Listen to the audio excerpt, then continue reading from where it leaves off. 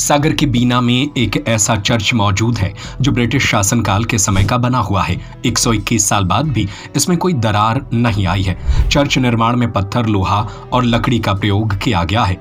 इसमें दूर दूर तक सीमेंट का उपयोग नहीं हुआ है। यह चर्च अपने आप में काफी अनूठा है। 70 वर्षों से आपकी सेवा में रमेश सिलाई मशीन 3 वर्षों की वारंटी के साथ थोक व फुटकर विक्रेता। आपका विश्वास ही हमारी पहचान है। ये चर्च बीना रेलवे जंक्शन के पास पूर्वी रेलवे कॉलोनी में स्थित सेंट जॉन्स चर्च है। बताया जाता है कि वैसे तो चर्च के भवन का निर्माण साल 1896 में शुरू हो गया था, जो 1904 में बनकर तैयार हो गया था। इसे इंडो गांथिक शैली में निर्मित किया गया है।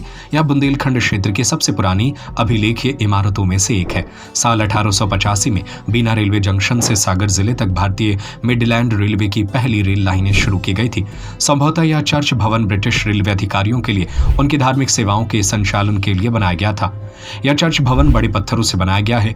इन पत्थरों को भवन के अंदर लंबी लोहे की छड़ों और बाहर चौड़े लोहे के रेलवे गार्डर से मजबूती से जोड़ा गया है, जो इमारत के मुख्य कोनों पर बड़े बोल्टों के साथ बांधे गए हैं। यह बुंदेलखंड और मालवा क्षेत्र का एकमात्र चर्च भवन है जो बड़े पत्थरों से बनाया गया है। इसके भवन की छत की टाइलें 1865 की है। यहाँ 121 साल पुरानी ईगल डाइस है। चर्च की घंटी का वजन करीब 100 किलोग्राम है। इसको लेकर डॉक्टर शीरीन कंफर्ट ने जानकारी दी।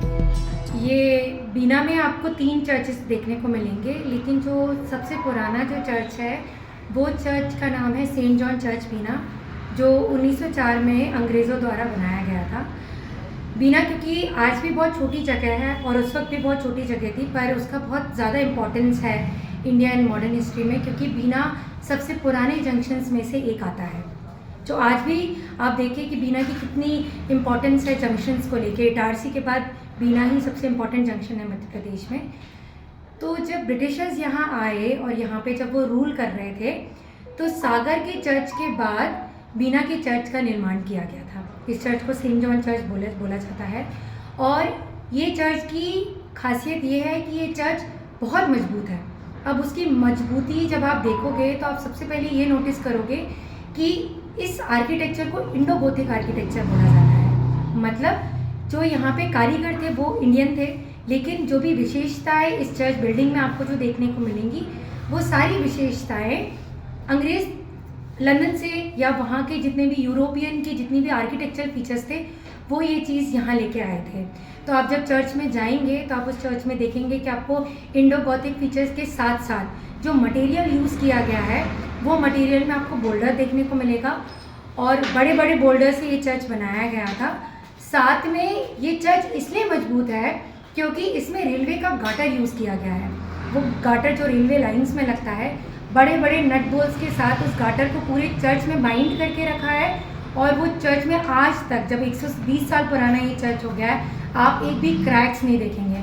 और ये बहुत एक्सेलेंट ब्रिटिश की इंजीनियरिंग का एक्सेलेंट एग्जाम्पल है जो आपको बीना के छोटे शहर में आपको देखने को मिल सकता है। बीना से मनोज बाधवानी की रिपोर्ट। 70 वर्षों से आपकी सेवा में रमेश सिलाई मशीन 3 वर्षों की वारंटी के साथ थोक व फुटकर विक्रेता।